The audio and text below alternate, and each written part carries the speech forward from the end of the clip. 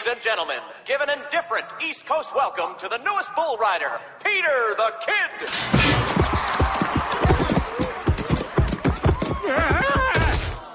You know what I am back at the ranch? I'm a breeding bull. What's that? You gonna find out. Where you going, fatty? We gonna have a party.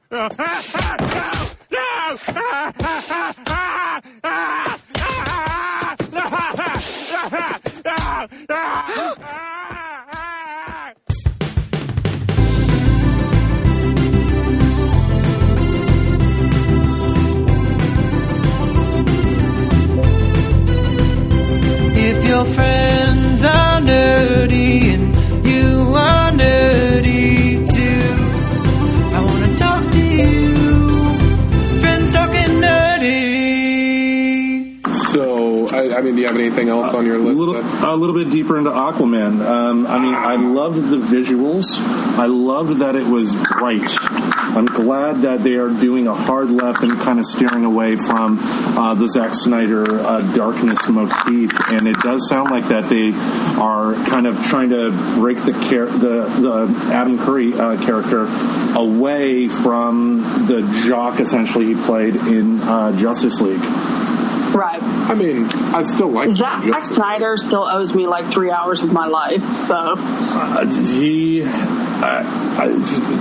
I don't get how an Ayn Rand fan would think that they can make a successful Superman film. I don't get it at all, because the values that Superman espouses are the exact opposite of the collectivism mindset that Ayn Rand has. The reason I mentioned that, Zack Snyder, I guess, is a fan of Ayn Rand, and his next film is going to be, I guess, The Fountainhead.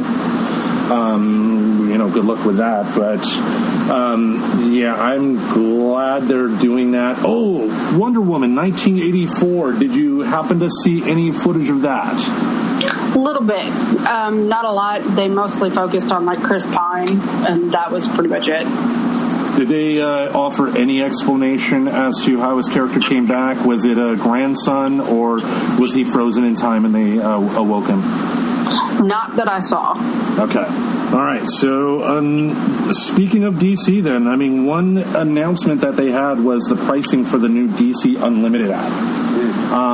You could sign up right now for $74.99 for a year. Okay. They also have a monthly fee of $7.99 a month, and for that, you're going to get a whole bunch of DC movies, going all the way from the classic Superman to some of the current ones. You're going to have a lot of the old DC TV shows and cartoons. You're also going to have thousands upon thousands of comics at your fingertips, which is going to put some pressure on Marvel if the app comes out and is stable. Have you been looking forward to the DC Unlimited app? I actually hadn't heard too much about it, but that actually sounds like a really good deal. $7.99 a month to be able to watch Batman Returns, and then to go to read a Batman comic from the 90s. You sound like you're in heaven, Tim. I'm sold, Just as long as, if this gets Marvel to start putting some of their Marvel movies on the Marvel Unlimited app, even better. That'd be really cool. I'd be down. Yep. Or just like TV shows, like the old Spider-Man show, or like the old X-Men show. Mm-hmm. Yeah. Oh, come on. You like the Blade TV show? There was a Blade TV show? It was on Spike TV, yeah. It was a direct continuation of the movies. I believe David Goyer produced it, right? He did. Was it the same actor? No, not Wesley. No. Wesley Snipes was in jail. Yeah. That was when Wesley Snipes had his temper tantrum and Sue New Line and all kinds of stuff. Yeah. The third Blade movie, he would pass like Post-it notes to the director, and then sign it Blade. And then go to the set stoned. And what would happen, I'm sure you could probably elaborate more, Valerie, but I guess the scenes, like in the car, for instance, where Ryan Reynolds' character is talking to Blade, Wesley Snipes was not in the car, so he was able to... Yeah, they didn't get along at all. Yeah. But at least, thankfully, that movie got Ryan Reynolds' Deadpool the long way around, of course, but, it is what it is, and the first two Blade movies are classics. I would love to see Blade be brought back into the Marvel Cinematic Universe. That'd be fun. I just don't know if Wesley Snipes would be attached. No. Wesley Snipes is old as dirt, so Well, you never know. You never know, and I don't necessarily think age would. I mean, his appearance, he doesn't. I think he could pull it off. But I do think, especially with his reputation, they're probably going to focus on somebody else, and rightfully so. Yeah. Exactly. Yeah. So I feel like we've glossed over a little portion of Comic-Con that is like my personal favorite part of Comic-Con, which is Artist Alley. Because I don't... Do they have an Artist Alley at San Diego Comic-Con? Yeah, they do. The last, I want to say 3 rows of the exhibit hall is all Artist Alley. Nice. I don't know. And there's actually some big names that do quite a bit of good artwork that you can buy. Nice. I was going to say, if you look around the room, Tim, I've got a lot of work from a bunch of people.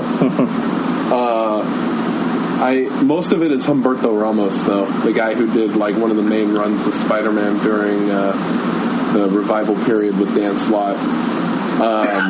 I love Artist Alley. I love Artist Alley so much because I have a leather-clad notebook that I made, and in that leather-clad notebook is a bunch of different artists drawing Spider-Man. So I have that's cool. People who did art for like the Adventure Time comics, who've done like the Six Gun, the gentleman who did Batman 66. I forget the Michael Asuelo? Yeah. So I have these really, really awesome different versions of Spider-Man in different art styles and different forms, from like pencil to pen and ink to watercolor to marker. It is so much fun. And crayon. No. Not crayon. No, nobody uses crayon. But I always enjoy getting a commission piece done every convention I go to. It's so much fun. It is absolutely the best. Did you get a chance to frequent Artist Alley? Did you see any artists, Valerie? Not this year. In the past, I'm making a point to get back on the Monster High stuff. A Frankie Stein from all of my favorite artists. So I have one from Ben Templesmith, and then I've got one from Chris Uminga, and just different variations of the character. And they're all hanging up in my living room and artwork and stuff, and Freddy Krueger and stuff like that. Nice. Oh, one thing I forgot about the DC Unlimited app. They're going to have original shows, and one of the trailers that they showed was a live-action Titans, Teen Titans movie. Is it a movie or is it a show? A TV show, sorry. But one of the controversial aspects of that trailer is Robin dropping the F-bomb. Fuck Batman. Fuck Batman. Oh my god, that was so good. That hooked me immediately. It's probably not even going to be in the show, but I was like, yeah, drop that F-bomb. Yeah. Oh my god. And he was using a gun. Yeah, and the Apple also have the new season of Young Justice. I am so excited. So excited. They also said that the Teen Titans TV series, the animated one that was very popular in the original run, might also be getting a revival as well, due to the popular success of Teen Titans Go. Right.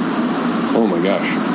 All right, now a controversial one that came out. The reason I say it's controversial is not the trailer itself, but something that happened at Comic-Con, and that was the trailer to Fantastic Beasts 2. The reason I bring up the controversy is that apparently Amber Heard had a part where she was talking to the audience there, and I guess after she walked off that stage, on the same stage, her former husband or ex-boyfriend or whatever, Johnny Depp, came out. Amber Heard has accused Johnny Depp of spousal abuse. Ooh. Did you get a chance to see the new Fantastic Beasts trailer? I did see it. with Johnny, there was controversy with and to start with Johnny Depp being one of the only non-British actors to be in the Harry Potter series. He's overhyped. Yeah. It'll be interesting to see if he's not playing Jack Sparrow again. Yeah. Isn't Grindelwald American, if I'm not mistaken? That I don't know. Yeah. But 2, I believe he also declared bankruptcy. Yeah. Oh, yeah, he has big time. Yeah, there was a recent Rolling Stone article that came out that was really, really sad. It was just him complaining to a reporter about, money he owes. But during the course of the interview, the interviewer was talking about like he was smoking hashish, and then would talk about his lavish spending, which explains his movie choices over the past 15, 20 years, starting with Pirates of the Caribbean. I think Johnny Depp from the 90s was one of America's best actors. Johnny Depp today is like Bruce Willis, taking anything for cash. Exactly. But Bruce Willis is at least having fun with it. Yeah, I would say more Nick Cage. Nick Cage probably the better, yeah, just because Nicolas Cage has the same financial issues as well. I mean, I think if I had enough money, we can get Nick Cage on the podcast, Yeah. Dance, monkey, dance. Yeah, you'd probably throw him a C note and he'd be like, oh, okay, cool. Yeah. They had him on Saturday Night Live. I mean, why can't we? Yeah, I mean, buy him some Mad Dog 2020. I don't know. One thing that I would probably say was the biggest solidifying feature of me going to Comic-Con every year was the friends that I made at Comic-Con or WonderCon or any sort of convention, really. Do you have any memorable stories about friends that you've made from random people at Comic-Con? Yeah, there's actually 2 groups of people that I meet up with every year. It's been that way since like 2012. And we all actually get together and buy our tickets because it's easier to get them when you buy in groups. Yeah. And I consider most of them family now. Nice. I remember my first convention. I went with a few friends, but I got separated because people want to do their own thing and people aren't really interested in things that you're interested in, and I fully understand that. But I remember one day, it was like the first opening to my first Comic-Con. It was Wizard World Comic-Con in San Francisco before it moved down to Anaheim. And Tim knows this, but I don't do well in crowded places. I actually really, really don't like it. I get overwhelmed and like it's sensory overload for me. Especially at the strip club, the ladies end up like a zombie movie at the end of the day. He's like, no. Anyway, go ahead. But I'm like standing off to the side. I'm having like a small panic attack, and I'm like sitting there, and I'm like trying to like figure out where I'm going, what I'm doing, and this guy kind of walks up to me. And he's like, hey, you're first in line. And I was like, for what? And he's like, to meet Jeff Johns. And I was like, what? Because, like, that's who I was looking for. Right. Because he had a signing. And he's like, yeah, man, you're first in line. And I was like, where, when, what? And he's like, I'm Gil. We're going to go meet Jeff Johns. And I was like, awesome. I'll follow you, sir. Oh, my God. Yeah. So, I meet this guy, Gil. I'm still friends with him to the day. Like, I met him when I was 17 or 18. And he had been going to Wizard World Comic-Con every year for the past 6 years. And, like, I met him, and I think he was 16. So he's a young kid, but great dude. And he's like, it's your first con? Awesome! I'm showing you everything. And it just turned into me following him around for, like, 3 days. Yeah, I mean, I'm a lot. I'm the same way. I mean, usually when I go into work, at the old strip club, the mental gymnastics I have to do my job alone make it to where I'm not the most social person in the world to talk to. So at a con, what I usually do is just have my phone and have some earpods in, and I'm listening to music most of the time. So I don't have any friends that I've met. And there's a story I can get into about someone I ran into at last year's Comic-Con, but that's beating a dead horse at this point. Anyway, but it's again the right con. You have just a creative atmosphere. I mean, the fact that I had enough courage to be able to run to be fourth in line to ask Stan Lee a question. When I usually I'd be like, oh, I don't want to do it. That type of deal. That was fun. I mean, that's something I'll never forget. Like I mentioned. And we'll keep mentioning till I die because I saw the video. It was a great question, and I loved the audience's just reaction to it. It wasn't the usual "you're great," It was. I mean, the Steve Ditko episode we had that I put that sound clip at the beginning. Oh, so, nice, very cool. Yeah, I mean, you just admitted you don't listen to the show. Come on. I don't like hearing my voice. I I don't know what it is. It hurts me. But, yeah. All right. Well, moving on. Since you mentioned being... Didn't you just post the episode yesterday? No, last week. What? Yeah. Okay. Yeah. The multiple episodes. Yeah, it was a bonus. Gotcha. So, Valerie's like, what have I gotten myself into? No. Well, speaking of horror...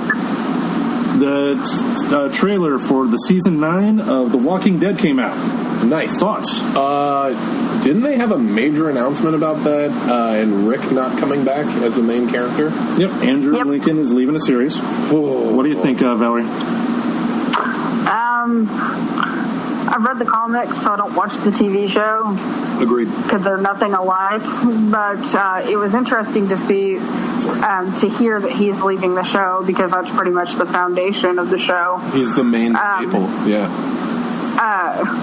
But it was interesting to also find out that he apparently had a pact with Norman Reedus to leave the show together.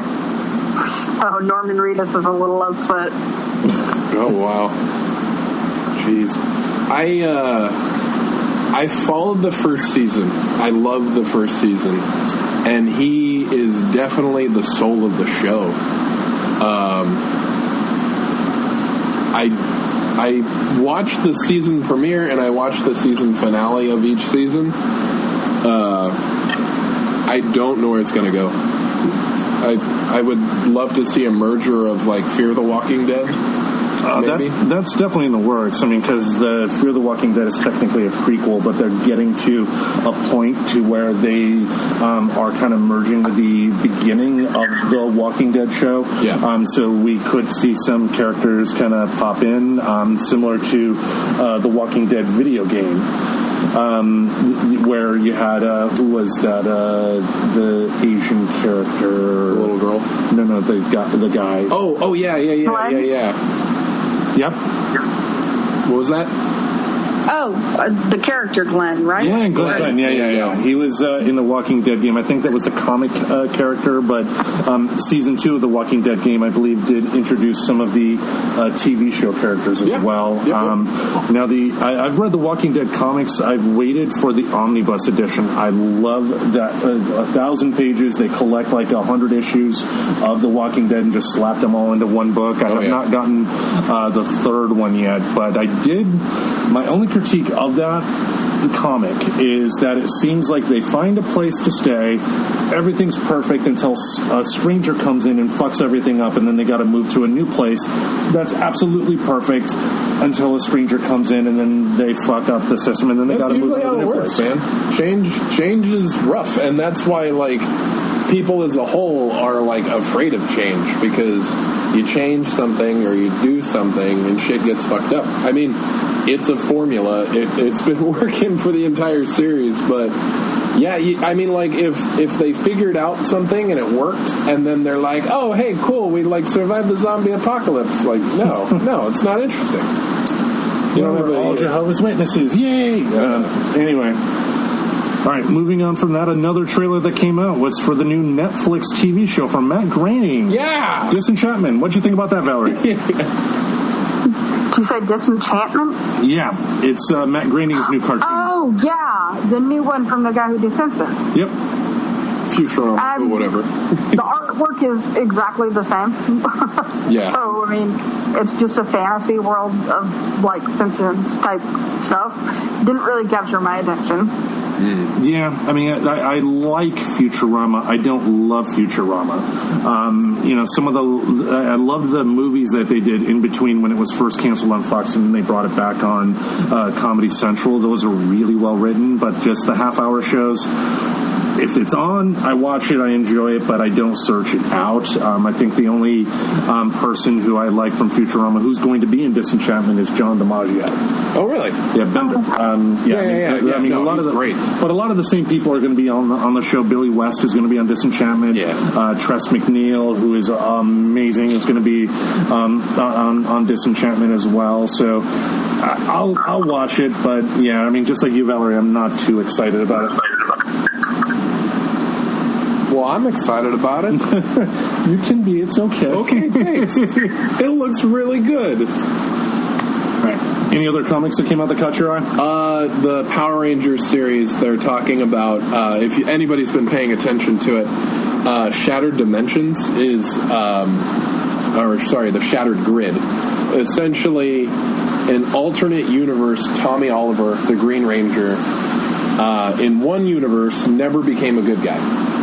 And from there, he stole Rita Revolta's powers, he stole Lord Zed's powers, and dominated the Earth. And then from there, he was like, I'm a pretty powerful guy. I feel like everybody else should join me in my takeover of the universe. So he goes into all these different universes, different worlds, and essentially fights the Power Rangers in those worlds to try and amass an army. And it is one of the coolest story arcs I've ever seen. They got the guy who played the original Green Ranger, who's actually very, very active in the Comic-Con scene. Jason David Frank? Yeah, Jason David Frank is so much fun. He scares me a little bit. A little bit? I mean, he has a running beef with Jean-Claude Van Damme that actually turned almost physical, which was pretty funny. Who doesn't? Yeah. Now why did he scare you? Because I don't think he understands where Power Rangers ends and where Jason David Frank ends. And I think he genuinely thinks he is the Green Ranger. I mean, he has been a Power Ranger since the early 90s to the late 2000s. And he is consulted with, and they talk to him and use him a lot as a reference point, and he'll even make cameos throughout the series. So, I mean, he's been in the whole world of Power Rangers for so long that it's kind of part of his identity. Sounds like Adam West. Yeah, no, he's like the Adam West of like Power Rangers. Yeah. What was that? I was like, he's not known for anything else, really. No, exactly. So, other than his martial arts. Yeah. He is also a cage fighter. He has a standing match against CM Punk.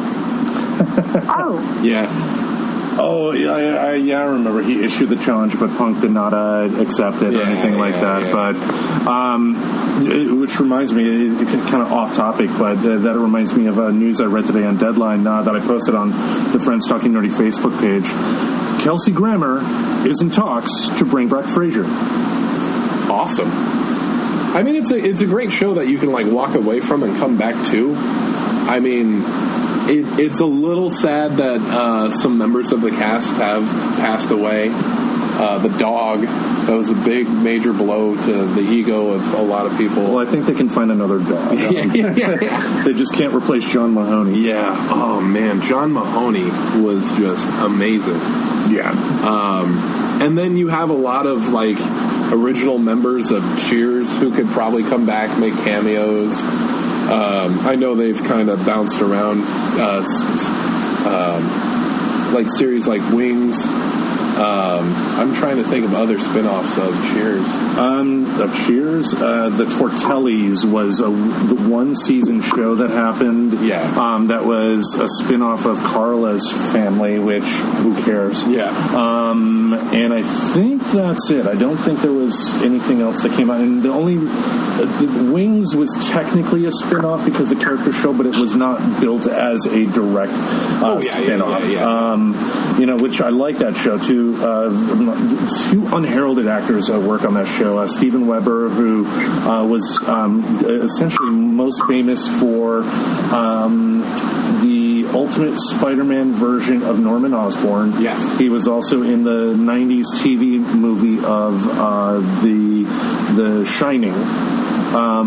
Because Stephen King did not like Stanley Kubrick's version of it and wanted his own. And then, of course, Tim Daly, who... The voice of Superman! The voice of Superman, yeah. And his sister, Tyne Daly, was in Spider-Man Homecoming. Awesome. Yeah, she was at the beginning of the movie announcing that, Michael Keaton's crew had to stop working because of damage control. No way! That was her. My gosh. Yeah, she was in Cagney and Lacey back in the day. I'm aging myself there. So.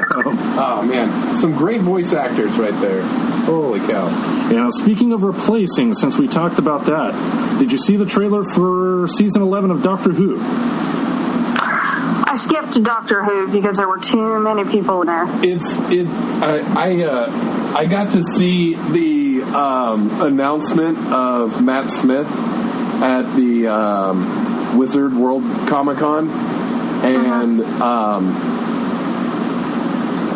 fights don't break out, but very strongly worded arguments break out because I was very excited to get to be first in line. Me and my team of people were first in line because everybody was going up the escalator, and we sprinted up to the stairs that were adjacent to the escalator.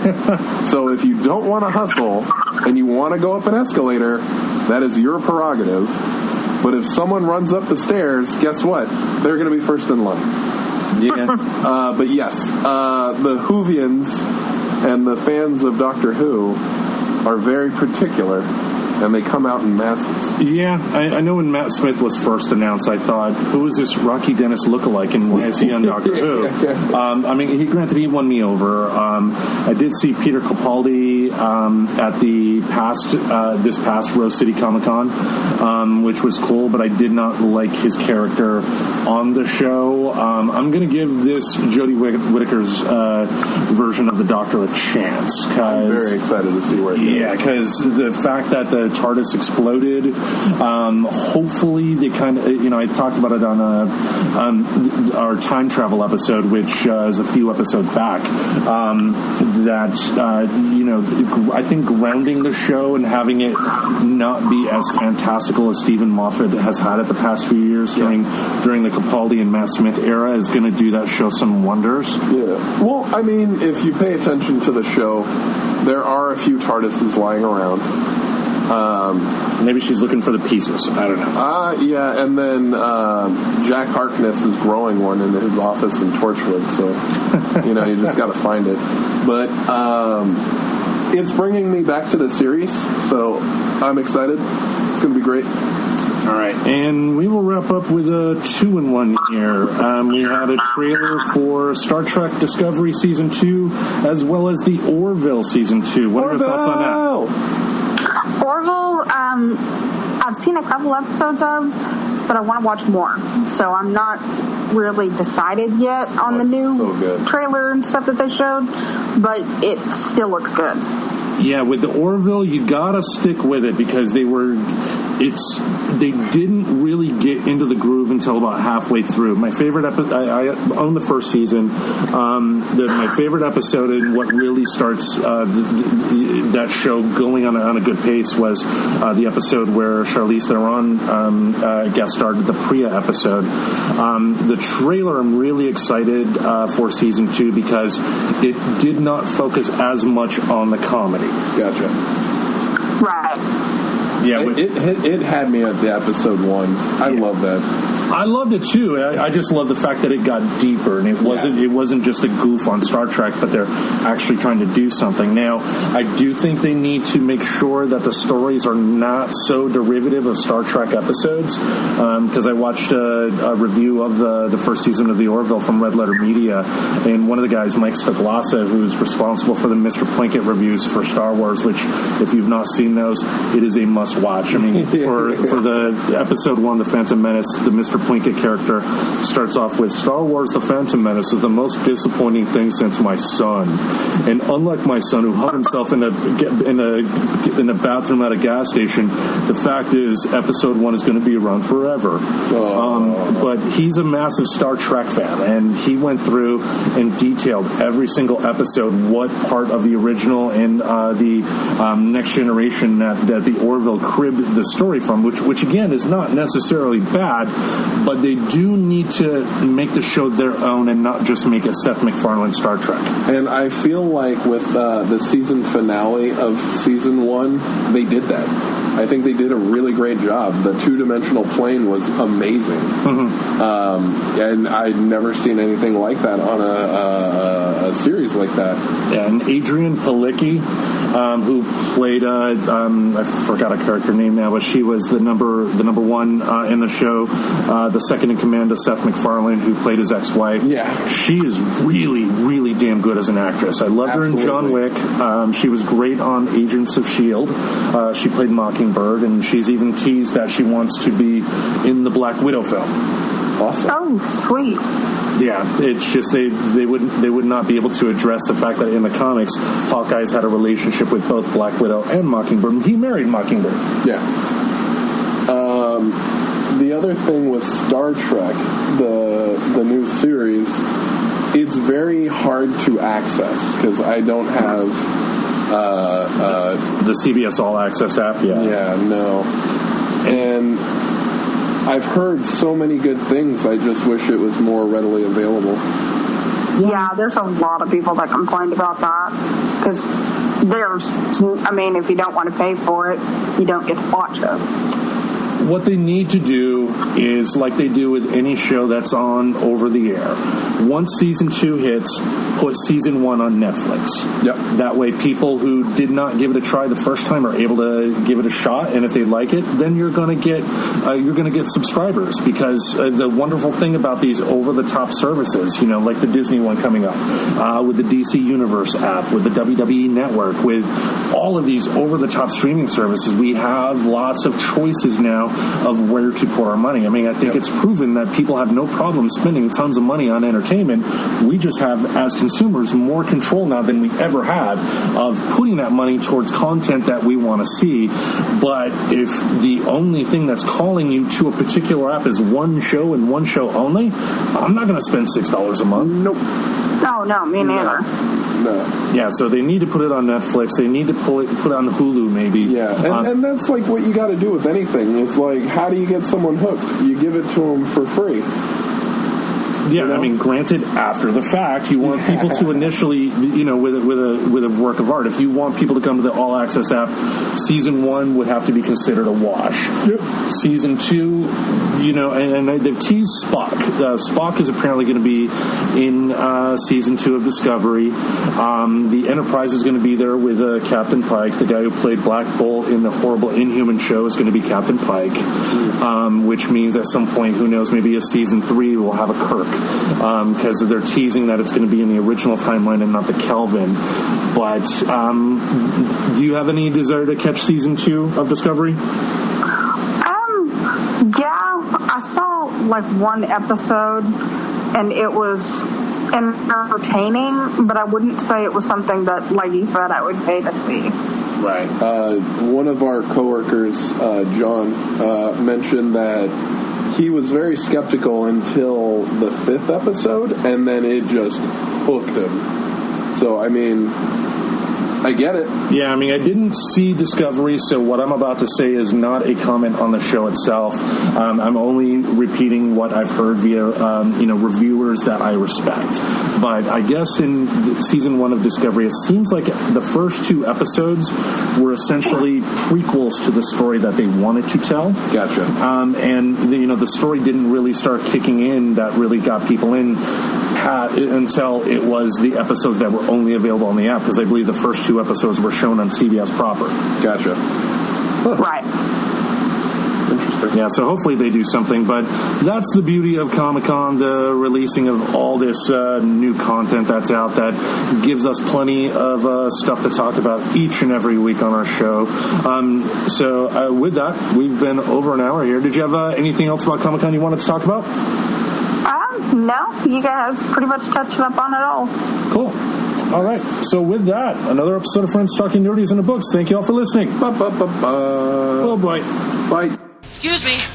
I've been doing some thinking. Just kind of looking at our situation here. And I've come to the conclusion that we're completely fucked. Has anybody else made this discovery? But I'm sure this is the right way. I want to die. Yes. Oh, God. So is Dean, please. I don't want to die here. Sometimes the world is black and tears run from your eyes, and maybe we'll all get really sick, and maybe we'll all die. So let's build a snowman. We can make him our best friend. We can name him Tom.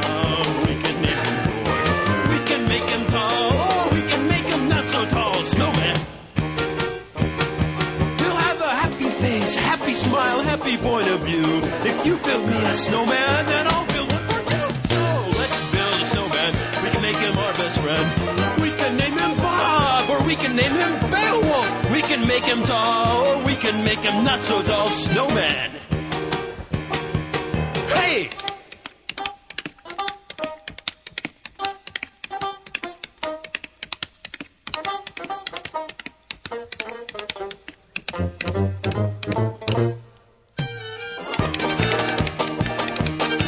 He'll have a happy face, a happy smile, a happy point of view. You put me in Fucker's gone completely nuts. Snowman, snowman, snowman. Subscribe to Friends Talking Nerdy on iTunes, the Google Play Music Store, as well as Spotify. Remember to support Friends Talking Nerdy on Patreon. Goodbye, darling.